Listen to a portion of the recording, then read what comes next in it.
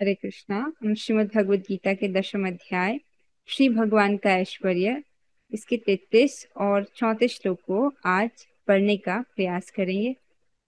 उससे पूर्व हम श्रीमद् भगवद गीता महात्म्य से एक श्लोक का श्रवण करेंगे। गीता में परम विद्या ब्रह्म रूपान संशयः अर्धमात्रा हार नित्यम अनिर्वाच्य पदात्मिका।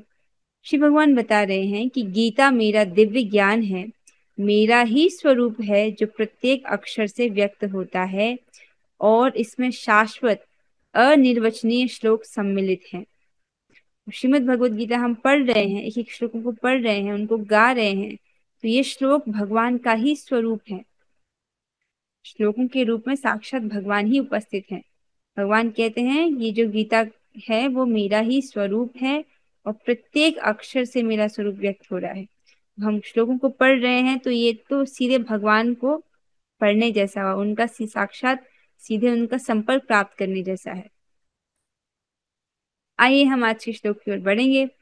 माधुरी माता जी। अक्षराणाम अकारोस्मि अक्षराणाम् अकारोऽस्मि द्वन्द्वः सामासिकस्य च छन्दसामसिकस्य च अहमेवाक्षयः कालो अहमेवाक्षयः कालो धाताहं विश्वतो मुखः। ततो मुखः। महाकवि जयदेवदास प्रभु जी। अक्षराणाम अकारोस्मि अक्षराणाम् अकारोऽस्मि द्वन्द्वः सामासिकस्य च द्वन्द्वसामासिकस्य च अहमेवाक्षयः कालो अहमेवाक्षयकालो धाताहं विश्वतो मुखः। धाताहं विश्वतो मुखः। भगवान आगे वर्णन कर रहे हैं, अपने विभूतियों का ही वर्णन कर रहे हैं, जिसमें भगवान कहते हैं अक्षरों में मैं अकार हूँ। अकार क्या होता है? जैसे स्वर आप हिंदी में सीखते हो, अ आ इ ई उ उस प्रकार से स्वर होते हैं। तो जो स्वर है, भगवान कह रहे हैं वो मैं हूँ, मेरी विभूति है। के बिना कोई शब्द कैसे लिखा जा सकता है? जैसे क है, क कैसे बनता है? आधा क प्लस अ से बनता है क। उसी प्रकार से हर वर्ण में क होता है, क ख। हर वर्ण में अ होता है, ख में भी आधा ख प्लस अ, मतलब हर वर्ण में एक अकार होता है जो उसको पूर्ण बनाता है। तो अक्षरों में मैं अकार हूँ, समझ आ रहा है? और समासों में मैं द्वंद्व समास हूँ। द्वंद्व समास क्या होता है, इसको पढ़िए। जिन शब्दों को जोड़ने पर और का भाव आता है वहां द्वंद्व समास होता है। जैसे माता पिता, इसमें दो पद हैं, माता और पिता दोनों ही बराबर महत्व के हैं। दिन रात, दिन रात, तो ऐसा भाव आ रहा है ना इसमें और का। राम लक्ष्मण, भाई बहन, काला सफेद, राम कृष्ण, इस प्रकार से ये क्या है? द्वंद्व समास है, जिसमें और का भाव आता है। दो पद होते हैं जो बराबर महत्व रखते हैं। फिर भगवान आगे कहते हैं मैं शाश्वत काल भी हूँ और सृष्टाओं में ब्रह्मा हूँ। यहाँ पर भगवान इस प्रकार वर्णन कर रहे हैं। अन्वय देखेंगे। अहम अक्षराणाम, मैं अक्षरों में अकार हूँ। अकार अस्मि, अकार सब समझ रहे हैं? सामासिकस्य, समासों में द्वंद्व समास हूँ। अहम एव अक्षय कालः, और मैं ही संहार कर्ताओं में महाकाल रुद्र हूँ। अन्वय में आप देख रहे हैं काल का अर्थ यहाँ पर संहार करने वाले रुद्र, रुद्र महाकाल रुद्र को लिया गया है। च अहम विश्वतो मुख धाता, और मैं सृष्ट प्राणियों में चतुर्मुख ब्रह्मा हूँ। तो ब्रह्मा जी भी भगवान के प्रतिनिधि हैं, उनकी विभूति हैं।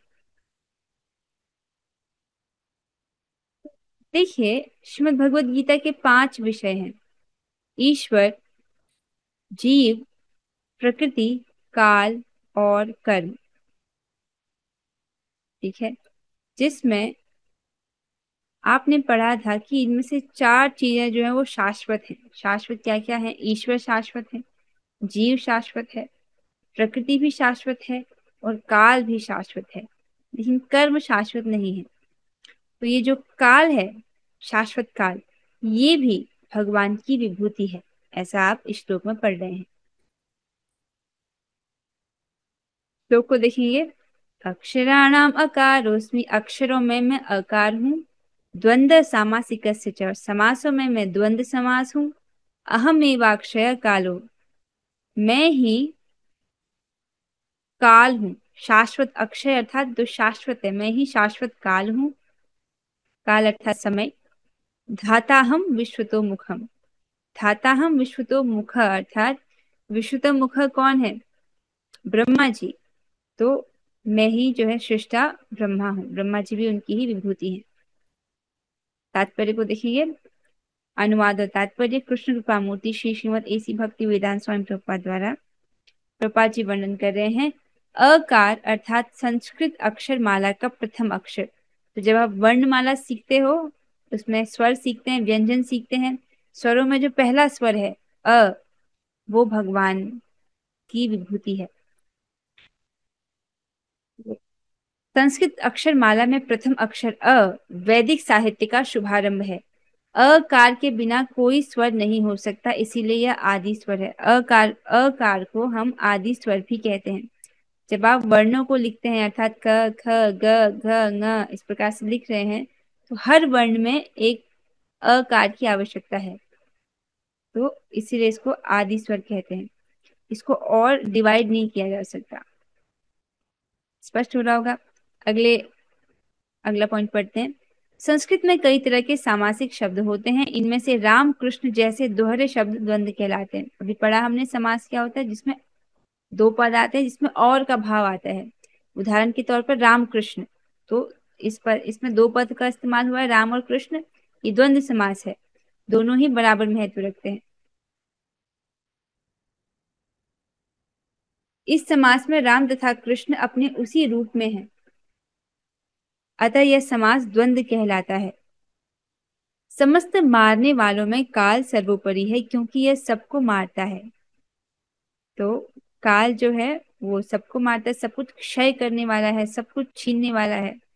तो काल सर्वोपरि है और ये भगवान की विभूति है। काल कृष्ण स्वरूप है, क्योंकि समय आने पर प्रलय अग्नि से सब कुछ लय हो जाएगा।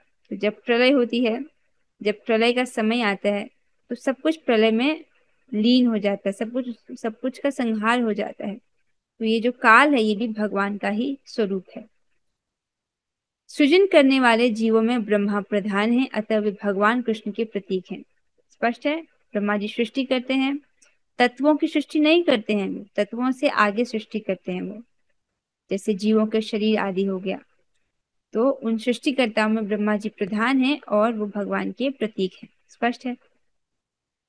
अगला श्लोक भी देखेंगे हम आज ही।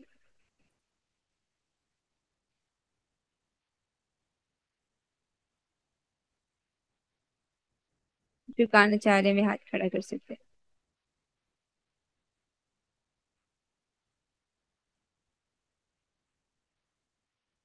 ओके, हम गाएंगे। महाकवि चरिदास प्रभु जी, आप गाएगा।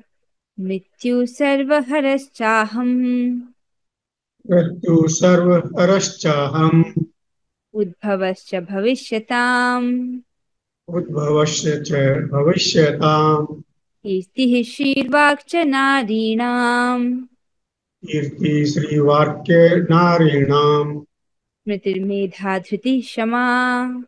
स्मृतिर्मेधा धृतिः क्षमा। ठीक है। मीनाक्षी माता जी।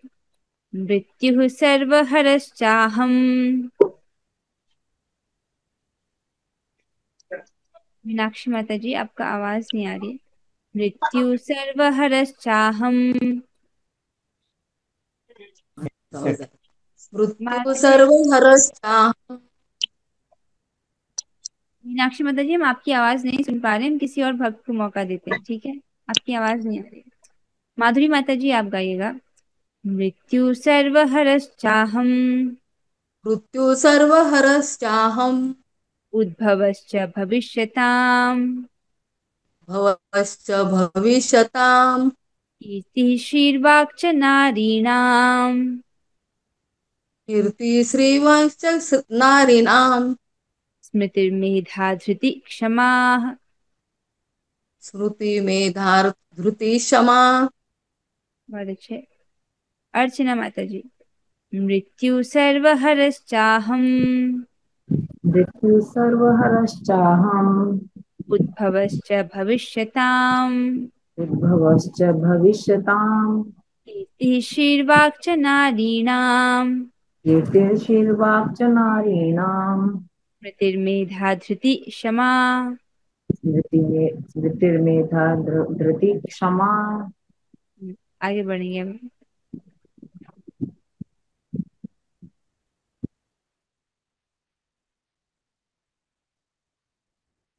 श्री भगवान बताते हैं मैं सर्वभक्षी मृत्यु हूँ।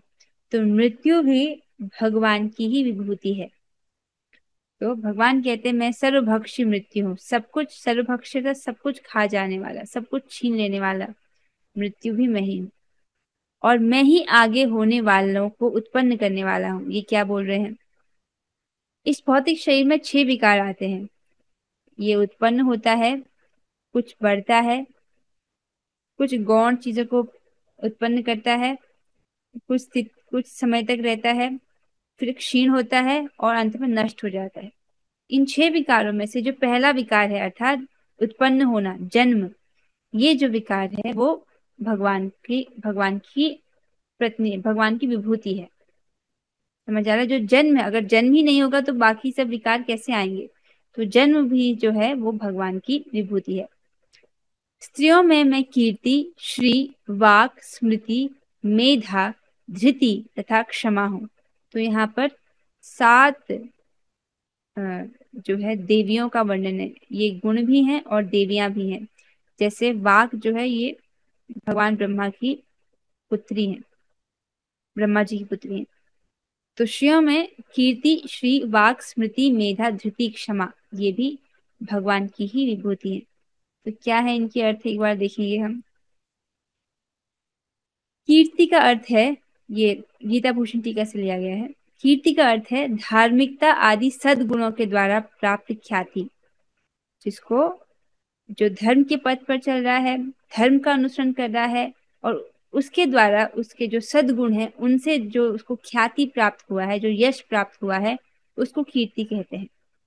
महाप्रभु बताते हैं कि जो जगत में भक्त के रूप में विख्यात है वही वास्तविक यश है। श्री अर्थात त्रिवर्ग, धर्म, अर्थ, काम, संपदा, और इसका अर्थ शरीर की कांति भी होता है। तो श्री का क्या अर्थ है? इसकी जिसकी अंग कांति बहुत अच्छी है एक, या जिसके पास धर्म है, अर्थ, काम, इसकी संपदा है। 4 पुरुषार्थ होते हैं, धर्म, अर्थ, काम, मोक्ष। इसमें से धर्म, अर्थ, काम, इसका जो जो संपन्न है इन तीनों में, उसके पास श्री है, ऐसा बोला जाता है। वाक क्या है? अर्थात सर्व अर्थ प्रकाशक संस्कृत भाषा। वाक यहाँ पर लिया गया है। संस्कृत भाषा जो है वो अत्यंत सुंदर भाषा है, जिसमें गहनतम से गहनतम, गूढ़ से गूढ़ बातों जो है वो बोली जा सकती है। गहरी से गहरी बातों को स्पष्टतया व्यक्त किया जा सकता है। तो ये वाक है। स्मृति अर्थात अनुभूत वस्तुओं को स्मरण करने की शक्ति। तो जो जो पढ़ाया गया है, जो आप शास्त्र पढ़ रहे हो, अगर आप उसको स्मरण कर पा रहे हो, याद कर पा रहे हो कि क्या बोला था, इसको बोलते हैं स्मृति। और मेधा का अर्थ है बहुत से शास्त्रों के अर्थ को समझने की शक्ति। केवल पढ़ना ही पर्याप्त नहीं है, शास्त्रों को पढ़ना ही पर्याप्त नहीं है। जब आवश्यकता पड़े तब शास्त्रों को इस्तेमाल कर पाना, उसमें जो बोला गया उसको समझ करके अपने जीवन में उसे उतार पाना, इसको कहते हैं मेधा, अर्थात शास्त्रों के अर्थ को समझने की शक्ति। धृति क्या है? चापल्य की प्राप्ति पर भी उसका निवर्तन करने की क्षमता, अर्थात विक्षेप होने के अनेक परिस्थितियां होने पर भी जो व्यक्ति दृढ़ रहता है, ऐसी क्षमता को धृति कहते हैं। क्षमा क्या है? हर्ष और विषाद आदि की प्राप्ति में भी चित्त की निर्विकारता। खुशी मतलब खुशी है या दुखी है, सुख आ रहा है या दुख आ रहा है, दोनों ही स्थिति में उसका चित्त जो है वो स्थिर रहता है। तो उसको यहाँ पर क्षमा बोला गया।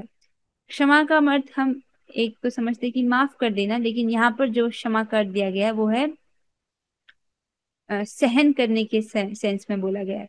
चाहे दुख आ रहा हो सुख आ रहा हो, दोनों में ही वो समभाव से निर्विकार रूप से रहता है।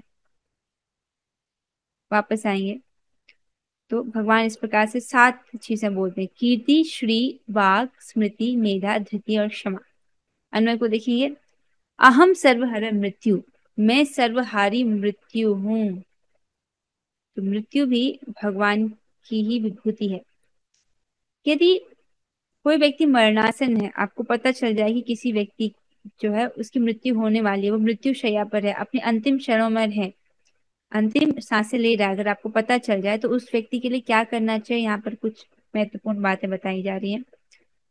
सबसे पहले, यदि आपके परिवार में ऐसा कोई व्यक्ति है या कोई जीव है जो प्राण छोड़ रहा है और आप उसके समीप उपस्थित हो, तो सबसे बड़ी गलती क्या है कि उसको संसार की स्मृति ना दिलाएं। अगर घर पे कोई किसी का शरीर छूट रहा है, घर परिवार पुत्र इन सब की बातें ना करें। संसार की स्मृति दिलाना बहुत बुरा है। इससे क्या है, संभावना है कि वो वापस से संसार में दोबारा आ जाएगा। तो संसार की स्मृति ना दिलाएं। क्या करना चाहिए, हरि नाम सुनाना चाहिए। हरे कृष्ण कृष्ण कृष्ण हरे हरे, हरे राम राम राम हरे हरे। इसका कीर्तन कर सके तो सबसे अच्छा है। फिर भगवान का चरणामृत पिलाना चाहिए, भगवान को अर्पित करके जो उनका चरणामृत है वो पिलाना चाहिए। श्री धाम वृंदावन की रज माथे लगाएं। अगर आपके घर में ये होना चाहिए, अपने घर में कि आपके पास वृंदावन धाम की रज होनी चाहिए। अगर नहीं है तो अब आप जाएं जब भी वृंदावन, तो वहां से रज ले आए। रज समझते हैं ना, धूल, लेकिन धूल उतना अच्छा शब्द नहीं है जितना अच्छा रज है। श्रीधाम वृंदावन की रज जो है उसके माथे लगाएं। और सबसे अच्छा क्या है कि श्रीमद् भगवद गीता ग्रंथ को उसकी छाती से स्पर्श करा दे। श्रीमद् भगवद गीता के महात्म्य में ये वर्णन आता है, यदि कोई मृत्यु के समय भगवद गीता ग्रंथ का स्पर्श किए रहता है, भले उसने पढ़ा ना हो, स्पर्श किए है ग्रंथ का, क्योंकि ग्रंथ साक्षात भगवान है, तो उसको वैकुंठ लोक की प्राप्ति होती है। इतना सुंदर फल है। तो ये सब सेवा आप उस जीव के लिए, उस व्यक्ति के लिए कर सकते हो जो मरणासन में। तो भगवान क्या कहते हैं कि मैं ही सर्वहारी मृत्यु हूं। च भविष्यताम उद्भव, और भावी 6 विकारों में उद्भव हूं। तो 6 विकार क्या क्या होते हैं, अब तात्पर्य में फिर से पढ़ेंगे हम। जब भौतिक शरीर प्रकट होता है तो उसमें पहला तो उत्पन्न होता है, फिर कुछ बढ़ता है, कुछ गौण चीजें उत्पन्न करता है, फिर कुछ स्थिति तक रहता है, फिर क्षीण होता है और अंत में विनष्ट हो जाता है। इस प्रकार से 6 विकार आते हैं भौतिक शरीर में। उसमें से जो पहला विकार है अर्थात जन्म होना, उत्पन्न होना, उद्भव होना, वो भगवान की विभूति है। नारीणाम कीर्ति, श्री, वाक, स्मृति, मेधा, धृति, क्षमा। नारियों में कीर्ति, कांति, संस्कृत वाणी, स्मृति, मेधा, धृति और क्षमा हूं। इनके क्या अर्थ है वो हमने पढ़ लिए हैं अभी अभी। तो एक तात्पर्य में बताया गया कि ये जो सातों हैं ये देवियां हैं। किसी के पास थोड़ा सा भी अगर इनमें से कोई गुण है तो उसको बहुत यशस्वी माना जाता है, उसको बहुत यश प्राप्त होता है। देखिए, एक एक एक ऐश्वर्य क्या पढ़ा आपने, मेधा। मेधा मतलब उसकी बुद्धि, शास्त्रों को ठीक सही प्रकार से समझ पाने का की शक्ति। अर्थात उसने पढ़ा है लेकिन जब जीवन में आवश्यकता हो रही है उस चीज को वो अप्लाई भी कर पा रहा है, वो है मेधा। तो कलयुग में किसको मेधावान बोला गया है, कलयुग में ऐसे कौन लोग हैं जिनके पास वाकई मेधा है, वाकई वो बुद्धि है। कौन ऐसे बुद्धिमान लोग हैं, उनका वर्णन श्रीमद् भागवतम के 11वें स्कंद के 5वें अध्याय के 32वें श्लोक में इस प्रकार से हुआ है। कृष्ण वर्ण त्विषा कृष्ण सांगोपांगास्त्र पार्षदम यज्ञ संकीर्तन प्राये त्यजन्ति ही सुमेध सह। सुमेध सह शब्द दिख रहा है, सुमेधा मतलब बहुत अच्छी मेधा है उसकी। किसकी, कलयुग में बुद्धिमान व्यक्ति ईश्वर के उस अवतार की पूजा करने के लिए सामूहिक कीर्तन संकीर्तन करते हैं, जो निरंतर कृष्ण के नाम का गायन करता है। अर्थात गौर हरि की पूजा करने वाला व्यक्ति, और उनकी पूजा किस प्रकार से करता है ऐसा व्यक्ति, संकीर्तन के माध्यम से। हरे कृष्ण कृष्ण कृष्ण हरे हरे, हरे राम राम राम हरे हरे, इसका गायन करके जो श्रीमद् महाप्रभु की, चैतन्य महाप्रभु की जो कि कृष्ण हैं, लेकिन त्विषा अकृष्णा उनकी उपासना करता है। यद्यपि उनका वर्ण श्यामल नहीं है, त्विषा अकृष्णा अर्थात उनका जो स्किन टोन है वो कैसा है, श्यामल नहीं है, भगवान कृष्ण जैसा नहीं है, किंतु वह साक्षात कृष्ण है। तो वो साक्षात पूर्ण पुरुषोत्तम भगवान श्री कृष्ण है। वह अपने संगियों, सेवकों, आयुधों तथा विश्वास पात्र साथियों की संगत में रहता है। कौन? गौर हरि की बात हो रही है, जो अपने पार्षदों के साथ, जैसे कि श्री श्री नित्यानंद प्रभु जी, श्री श्री अद्वैत आचार्य जी, श्री श्री गदाधर पंडित जी और श्री श्री शिवास ठाकुर जी आदि जो इनके और भी भक्त हैं, उनके संग में गौर हरि रहते हैं। और ऐसा जो सुमेधावान व्यक्ति है वो इनकी ही उपासना करता है हरे कृष्ण महामंत्र की कीर्तन द्वारा। तो समझ रहे हैं कितना आसान है ये चेक करना कि कलयुग में कोई बुद्धिमान है कि नहीं है। बुद्धिमान है तो उसने हरे कृष्ण महामंत्र का आश्रय लिया हुआ है, और अगर कलयुग में होते हुए अगर हरे कृष्ण महामंत्र का आश्रय नहीं लिया हुआ है तो वो सुमेध सा बिल्कुल भी नहीं है। तब वो कैसा है? मंद सुमंद। ऐसा भागवत में वर्णन की बहुत मंद बुद्धि है, उसका भाग्य भी मंद है, मंद सुमंद, और उसका बुद्धि भी मंद है और भाग्य भी मंद है। लेकिन जिसने हरे कृष्ण महामंत्र का आश्रय लिया वो बहुत बुद्धिमान है। आप सभी बहुत बुद्धिमान है। आइए तात्पर्य की ओर बढ़ेंगे। प्रभुपाद जी बता रहे हैं तात्पर्य में, जो ही मनुष्य जन्म लेता है वह क्षण क्षण मरता रहता है। इस प्रकार मृत्यु समस्त जीवों का हर क्षण भक्षण करती रहती है, किंतु अंतिम आघात मृत्यु कहलाता है। यह मृत्यु कृष्ण ही है। तो स्पष्ट रूप से समझा रहे हैं प्रभुपाद जी कि जन्म की कोई ले रहा है तो वो हर क्षण जो है मरता रहता है, मतलब उसका शरीर कुछ कुछ क्षीण होता रहता है, और अंत में मृत्यु रूपी आघात जो है वो कृष्ण है। अर्थात किसी की मृत्यु भी हो रही हो तो भी हम कृष्ण का स्मरण कर सकते हैं, क्योंकि मृत्यु कृष्ण है। आप समझ रहे, मृत्यु कृष्ण का अर्थ है कि जो मृत्यु है वो भगवान की विभूति है। जहां तक भावी विकास का संबंध है, सारे जीवों में 6 परिवर्तन होते हैं। क्या है वो 6 परिवर्तन? प्रभुपाद जी इसका वर्णन कर रहे हैं। 6 विकार क्या आते हैं भौतिक शरीर में? पहला है वो जन्मते हैं, उनका जन्म होता है। दूसरा वो बढ़ते हैं। तीसरा कुछ काल तक इस संसार में रहते हैं। चौथा संतान उत्पन्न करते हैं। पांचवा क्षीण होते हैं, राइट, फिर शरीर जो है क्षीण होने लगता है, अंत में समाप्त हो जाता है। तो इस प्रकार से किसी भी भौतिक जो कोई भी जो भौतिक जीवों के जो भौतिक शरीर है वो इस प्रकार से 6 विकारों से होते हुए जाते हैं। ठीक है। इन 6 परिवर्तनों में पहला गर्भ से मुक्ति है और यह कृष्ण है। ये 6 विकार याद हो गए सबको? जन्म, फिर कुछ बढ़ना, कुछ काल तक संसार में रहना, संतान उत्पन्न करना, क्षीण होना और अंत में समाप्त हो जाना। याद हो रहे हैं? तो इस प्रकार से 6 परिवर्तन होते हैं, और इसमें से जो पहला चीज है, पहला क्या है? जन्म लेना, अर्थात गर्भ से मुक्ति, यह कृष्ण है। इसका मतलब किसी का जन्म भी है तो भी हम कृष्ण का स्मरण कर सकते हैं, क्योंकि इन 6 विकारों में से जो पहला विकार है उत्पन्न होना, जन्म लेना, वो भी कृष्ण की विभूति है। प्रथम उत्पत्ति ही भावी कार्यों का शुभारंभ है। जब उत्पत्ति होती है अर्थात जन्म होता है, उसके बाद ही अन्य कार्य हो पाते हैं, अर्थात अन्य कार्य अर्थात अन्य विकार जो वो उत्पन्न हो पाते हैं। तो जो शुभारंभ है, जन्म है, वो कृष्ण की विभूति है। जिन 7 ऐश्वर्यों का उल्लेख है, अब आगे चल रहे हैं, आगे यहाँ पर 7 ऐश्वर्यों का उल्लेख है, वे स्त्रीवाचक हैं। क्या क्या ऐश्वर्य हैं वो? कीर्ति, श्री, वाक, स्मृति, मेधा, धृति तथा क्षमा। यदि किसी व्यक्ति के पास ये सभी या इनमें से कुछ ही होते हैं तो वह यशस्वी होता है। इस जगत में किसी के पास ये सातों के साथ हैं या इनमें से कोई एक भी है तो वो यशस्वी होता है, अर्थात उसका जगत में यश होता है। यदि कोई मनुष्य धर्मात्मा है तो वह यशस्वी होता है। संस्कृत पूर्ण भाषा है, अतः यह अत्यंत यशस्विनी है। तो यहाँ पर वाक समझाया जा रहा है। संस्कृत जो है बहुत सुंदर भाषा है और अत्यंत यशस्विनी है। इसमें गूढ़ से गूढ़ बातों को, गहरी से गहरी बातों को भी बहुत स्पष्टता व्यक्त कर दिया कर पाना संभव है। आप ज्यादा दूर जाने की बात नहीं है। श्रीमद् भगवद गीता में जो श्लोक है, भगवान क्या कहते हैं कि ये श्लोक अनिर्वचनीय श्लोक हैं। ऐसे ऐसी बातें उसमें रखी गई हैं जिनका वर्णन कर पाना संभव नहीं है, फिर भी उनको श्लोकों में पिरोया गया है संस्कृत भाषा के माध्यम से। तो ये जो भाषा है अत्यंत यशस्विनी है। यदि कोई पढ़ने के बाद स्मरण रख सकता है तो उसे उत्तम स्मृति मिली होती है।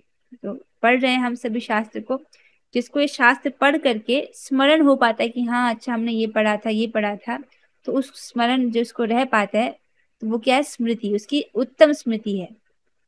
उसकी याददाश्त बहुत अच्छी है, उसको स्मृति कहते हैं। केवल अनेक ग्रंथों को पढ़ना पर्याप्त नहीं होता, किंतु उन्हें समझकर आवश्यकता पड़ने पर उनका प्रयोग मेधा या बुद्धि कहलाता है। यह दूसरा ऐश्वर्य। समझ आ रहा है?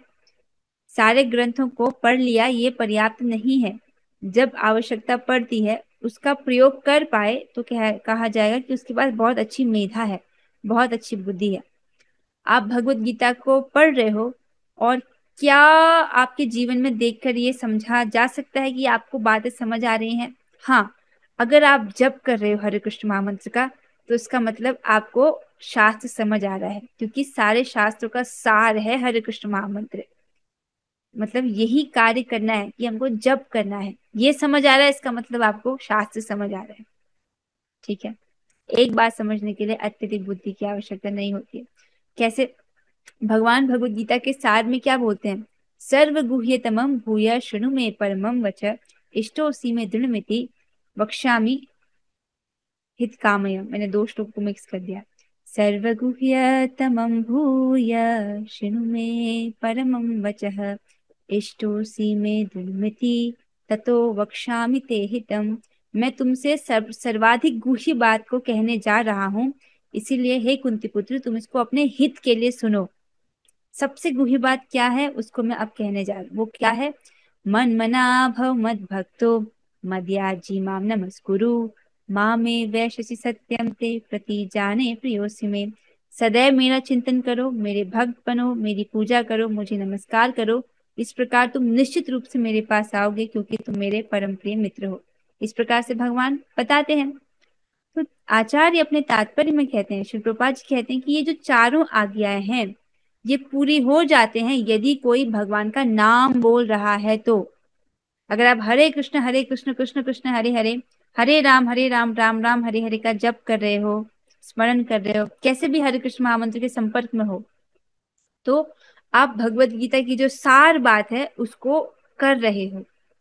भगवत गीता के सार ये चार आदेश हैं, और ये चारों के चार आदेश हो जाते हैं अगर कोई भगवान का नाम बोल रहा है तो। ठीक है, तो इसका मतलब है कि अच्छी मेधा है अगर आप शास्त्र के मर्म को समझ गए हो कि आपको हरे कृष्ण महामंत्र जप करना है। इसका मतलब यहाँ पर बहुत सारे मेधावी भक्त हैं, क्योंकि मैं आपको देखती हूँ साधना ग्रुप में रिपोर्ट करते हुए अपने जप के विषय में। This is very good. आगे प्रभुपाद जी बताते हैं, अस्थिरता पर विजय पाना धृति या दृढ़ता है। अर्थात जीवन में ऐसी स्थितियां आई हैं, परिस्थितियां आई हैं जिसमें विचलन होना संभव है। मतलब व्यक्ति को विचलित कर देने वाली परिस्थितियां समक्ष होने के बाद भी ऐसा व्यक्ति दृढ़ रहता है। इसका क्या अर्थ है? जीवन में बहुत उतार चढ़ाव आएंगे, सुख और दुख की लहरें आएंगी, लेकिन तब भी आप अपना भजन कर रहे हो, अपना जप कर रहे हो, अपना कथा श्रवण कर रहे हो, तो उसका मतलब आप में दृढ़ता आई है। ठीक है, तो अस्थिरता पर विजय पाना, इसको धृति या दृढ़ता कहते हैं। पूर्णतया योग्य होकर यदि कोई विनीत भी हो और सुख तथा दुख में संभाव से रहे, तो यह ऐश्वर्य क्षमा कहलाता है। तो क्षमा का अर्थ नॉर्मली आप और में क्या समझेंगे? किसी को माफ कर देना। लेकिन यहाँ पर क्या समझाया जा रहा है? एक व्यक्ति जो पूरी तरह से योग्य है, मतलब बहुत योग्यवान व्यक्ति है, और फिर वो विनम्र भी है। व्यक्ति में योग्यता है और साथ में वो विनम्र है, तो ये कितना मधुर है। जो व्यक्ति, जिस व्यक्ति में बहुत गुण हो और वो विनम्र हो, ये कितना मधुर कॉम्बिनेशन है। जनरली देखा जाता है कि व्यक्ति में जब योग्यता आती है तो अहंकार आ जाता है, लेकिन विनम्रता आती है तो ये बहुत मधुर कॉम्बिनेशन है। और फिर जीवन में सुख और दुख भी आ रहे हैं उस व्यक्ति के, उन दोनों में ही वो संभाव है। तो ऐसा यदि ऐश्वर्य है किसी के पास, उसको क्षमा कहते हैं। ठीक है, तो इसके साथ तात्पर्य जो है यहाँ पर समाप्त होता है। आशा आपको स्पष्ट हुआ होगा। आपको याद है एक दिन की क्लास में मैंने आपको कहा था कि एक टेस्ट लिया जाएगा, अंत में पूछा जाएगा, लेकिन उस दिन हम वो कर नहीं पाए थे समय के अभाव में। तो यहाँ पर कुछ फिल इन द ब्लैंक्स, रिक्त स्थानों की पूर्ति कीजिए वाले कुछ प्रश्न हैं। ये अब तक के जो विभूति हमने पढ़े हैं भगवान के विषय में, श्लोक संख्या 32 तक, उसके विषय में है रिक्त स्थानों की पूर्ति। तो मुझे लगता है इसे कर लेते हैं, देखते हैं आपको कितने जो है याद है। ठीक है, पहला प्रश्न है, घोड़ों में मुझे डैश जानो जो अमृत के लिए समुद्र मंथन के समय उत्पन्न हुआ था। ओके, उच्च शर्वा माता जी। उच्च श्रवा, हाँ एकदम सही उत्तर। अगला प्रश्न है, गजराजों में मैं डैश हूँ। ठीक है, गजराजों में मैं डैश हूँ। शाल्वी माता जी आप बताइए। माता जी, गजराजों में मैं एरावत हूँ। हाँ एकदम सही उत्तर। अगला प्रश्न, मनुष्यों में डैश हूँ। रेणुका माता जी आप बताएं, मनुष्यों में मैं डैश हूँ। ये आवाज क्यों नहीं आ रही है? हाँ मनुष्यों में मैं राजा हूँ। हाँ जी, मनुष्यों में मैं राजा हूँ। मैं आंसर कर रही हूँ तो मेरे को गायों आवाज में नहीं आ डैश। एक बात का ध्यान रखेंगे, जब आप कोई भी जब अपना माइक ऑन करते हैं फिर उसके बाद तुरंत ऑफ करना है। ठीक है, गायों में डैश हूँ। ठीक है, गायों में डैश हूँ, कौन बताइए इसको। धनिष्ठा माता जी। माता जी, गायों में सुरभि हूँ। हाँ बहुत अच्छे, सुरभि गाय। संतति उत्पत्ति के कारणों में प्रेम का देवता डैश हूँ। ठीक है, छठवां प्रश्न स्पष्ट है। कांता माता जी आप बताएं। उनको आवाज नहीं आ रही। हम सुन नहीं पा रहे माता जी। जिसको प्रश्न का उत्तर नहीं पता वो आप बोलो पास बोल माता जी। दीजिए ताकि हम दूसरे भक्तों को पास कर सके। माता जी, कामदेव। कामदेव, हाँ एकदम सही आपने बोला। संतति उत्पत्ति के कारणों में प्रेम का देवता कामदेव हूँ। अगला प्रश्न, तथा सर्पों में डैश हूँ। सर्पों में डैश हूँ, कौन बताएंगे इसको, जिनको अभी तक मौका नहीं मिला। सर्पों में डैश हूँ। भक्ति प्रदा माता जी आपका हाथ खड़ा है। जी माता जी। बताइए। वासुकी सर। हाँ, सर्पों में वासुकी हूँ। ठीक है, अनेक फणों वाले नागों में डैश हूँ। अनेक फणों वाले नागों में डैश हूँ। ये किसी को याद नहीं है? अच्छा याद है। महाकवि जयदेवदास प्रभु जी आप बताएं। अनंत। अनंत हूँ। ठीक है, अनेक फणों वाले नागों में मैं अनंत शेष हूँ। जलचरों में डैश हूँ। ओके, जलचरों में डैश हूँ। अनीता माता जी। मगर। मगर तो जलचरों में नहीं बोला था, वो तो मछलियों में मैं मगर हूँ। ठीक है, पास करेंगे हम इसको। किसको पास करें इसको, रेणुका माता जी आपको पास करते हैं प्रश्न। जलचरों में मैं वरुण देव हूँ। हाँ, जलचरों में मैं वरुण देव हूँ। अगला प्रश्न, मैं पितरों में डैश हूँ। पितृपक्ष शुरू हो गया है, पितरों में मैं डैश हूँ। कांता माता जी को पता है इसका प्रश्न का उत्तर, बताइए माता जी।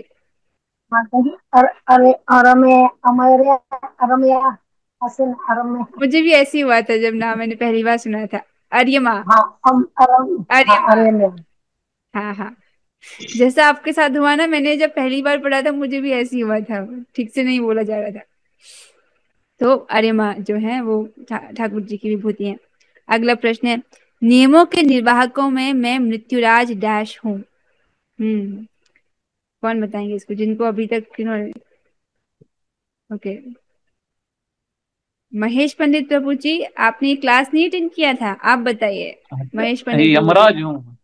हरे कृष्णा, हाँ यमराज। यमराज हूँ, एकदम सही उत्तर। अगला प्रश्न है, दैत्यों में मैं भक्तराज डैश हूँ।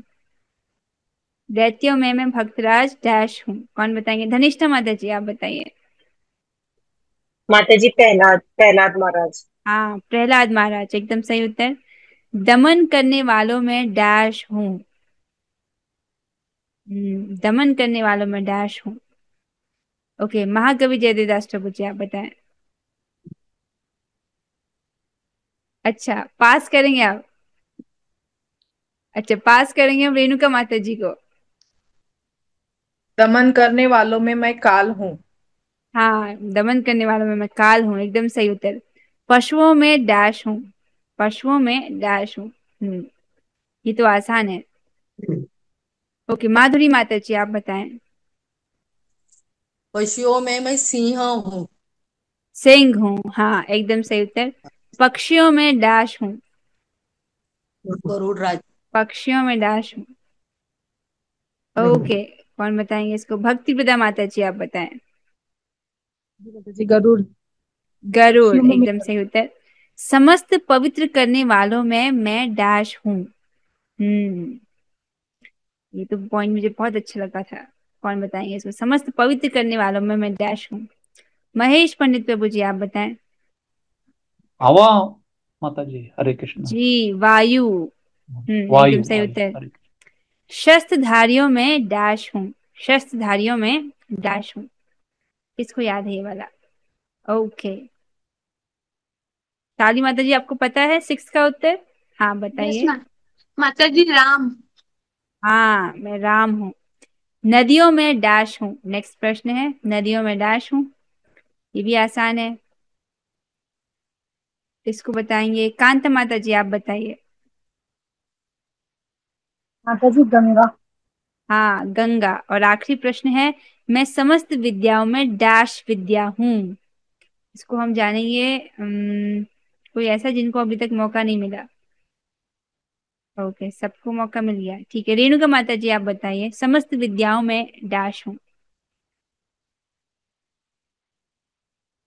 आपका माइक ऑफ है माता जी। माता जी सामवेद क्या? मैं कंफ्यूज हूँ। सामवेद नहीं माता जी, वो तो वेदों में सामवेद है। ठीक है, पास करेंगे हम प्रश्न को। भक्ति प्रदा माता जी को पास करते हैं। जिनका हाथ खड़ा है मैं तो उन्हीं से पूछ रही हूँ ना। भक्ति प्रदा माता जी आप भी पास करना चाहेंगे? अच्छा ठीक है, फिर पास पास करेंगे हम इसको। महेश पंडित प्रभु जी आपको। आध्यात्मिक विद्या हूँ माता जी। जी प्रभु जी, एकदम सही उत्तर आपने कहा। समस्त विद्याओं में मैं आध्यात्म विद्या हूँ, अर्थात आत्मज्ञान की जो विद्या है। ठीक है, आप सबने बहुत अच्छे से पार्टिसिपेट किया, बहुत बहुत सुंदर उत्तर दिए। इसके साथ मुझे लग रहा है कि आप लोगों को पिछली वाली बातें भी याद रहती हैं। Which is very very nice. मतलब जो है आपकी मेधा अच्छी है, मेधा, स्मृति अच्छी है, आपको स्मरण है वो चीजें। ठीक है, चलिए, दिस इज वेरी नाइस। अब हम लोग 3 बार हरे कृष्ण महामंत्र करेंगे और आप सब लोग अपने माइक ऑन कर लीजिएगा। आप सभी साथ में करेंगे। हरे कृष्णा कृष्णा कृष्णा हरे हरे, हरे राम राम राम हरे हरे। हरे कृष्णा कृष्णा कृष्णा हरे हरे, हरे राम राम राम हरे हरे। हरे कृष्णा कृष्णा कृष्णा कृष्णा हरे राम हरे राम हरे हरे। श्रीमद् भगवद गीता की जय, जय। जगत गुरु प्रभुपाद की जय, जय। रामाचार्य श्री हरिदास ठाकुर की जय, धाम वृंदावन की जय। गौरंगा। हरे कृष्णा। हरे कृष्णा माता जी, ज्यादा प्रणाम। बहुत बहुत धन्यवाद। हरे कृष्णा माता जी।